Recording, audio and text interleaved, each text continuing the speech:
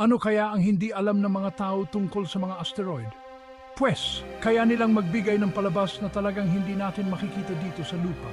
Noong ika-4 ng Setyembre, nagliwanag ang langit sa Hilagang Pilipinas dahil sa isang maningning na bisita mula sa kalawakan. Kilalanin natin ang 2024 RW1, isang metrong bulalakaw na nagpakita ng nakakasilaw na liwanag sa mga residente ng Cagayan. Natuklasan ng Catalina Sky Survey, ang pambihirang bulalakaw na ito ay ang ika-9 lamang na natuklasan bago tumama sa mundo. Habang papasok ito sa atmosfera ng mundo, lumikha ito ng hindi mapanganib ngunit kahangahangang bolang apoy ayon sa European Space Agency.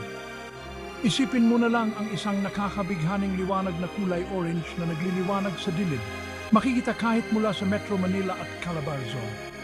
Mga tao tulad ni Alan Madela, isang negosyante, ay naghintay ng ilang oras at hindi sila nabigo. Napuno ang social media ng mga paglalarawan ng magagandang kulay at nakakabighaning tanawin na nagpapakita ng pagkamangha at pagtataka sa pambihirang pangyayaring ito sa kalangitan.